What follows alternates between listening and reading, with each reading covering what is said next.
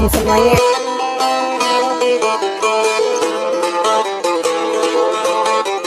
Sudah bertahun-tahun Baginda Raja Harun al-Rasyid ingin mengalahkan Abu Nawas. Namun perangkap-perangkap yang selama ini dibuat semua bisa diatasi oleh Abu Nawas dengan cara-cara yang cemerlang. Tapi Baginda Raja tidak putus asa. Masih ada puluhan tipu muslihat untuk menjerat Abu Nawas. Hingga suatu saat sang raja dan para menteri mengunjungi tempat pemandian air hangat. Mereka semua mandi dan berendam di kolam hangat itu. Tiba-tiba Paduka Raja mendapatkan ide untuk menjerat Abu Nawas. Beliau berkata kepada para menterinya, "Aku punya ide untuk menjerat Abu Nawas." "Apakah itu wahai Paduka yang mulia?" tanya salah seorang menterinya. "Kalian tidak usah tahu dulu.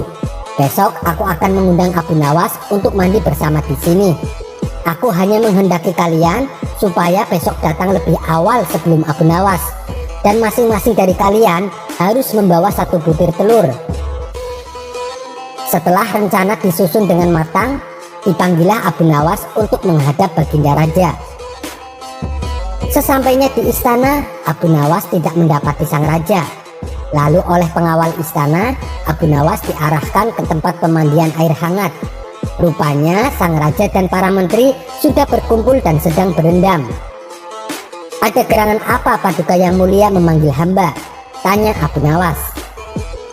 "Kamu kenapa terlihat gugup wahai Abu Nawas?" "Santai saja. Marilah mandi bersama kami di sini." Abu Nawas tak kuasa menolak ajakan sang raja. Ia pun membuka baju dan celananya, lalu ikut mandi bersama Paduka Raja. "Tak biasanya Paduka Raja mengajak saya mandi di tempat ini.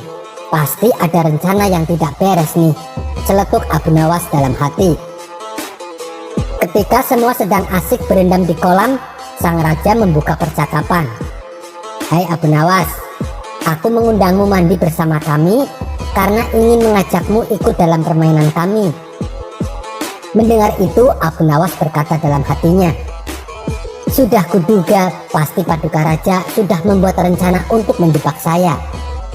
Dengan harap-harap cemas, Abu Nawas bertanya, "Permainan apakah itu Paduka yang mulia?"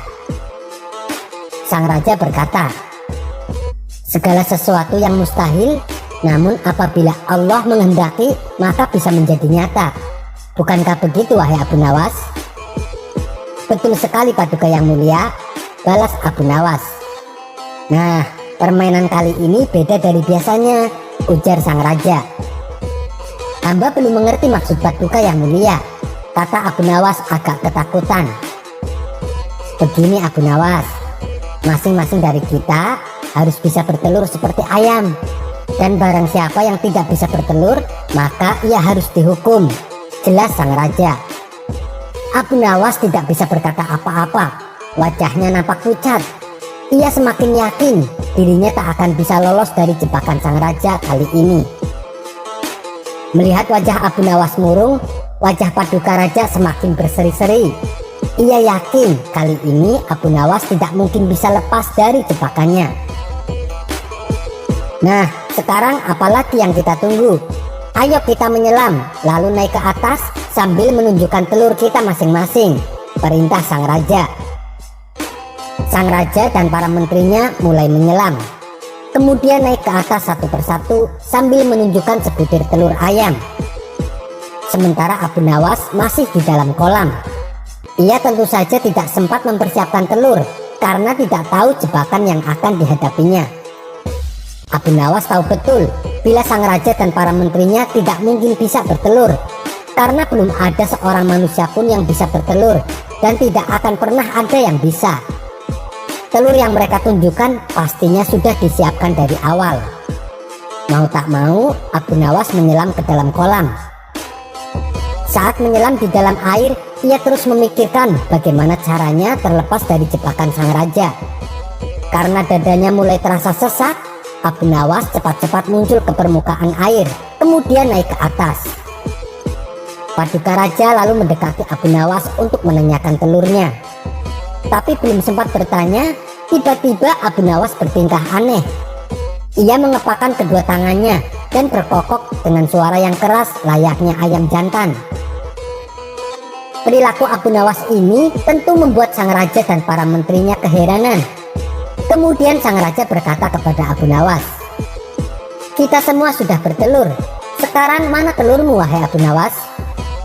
"Ampun Paduka yang mulia, hamba tidak bisa bertelur seperti Paduka dan para menteri," balas Abu Nawas.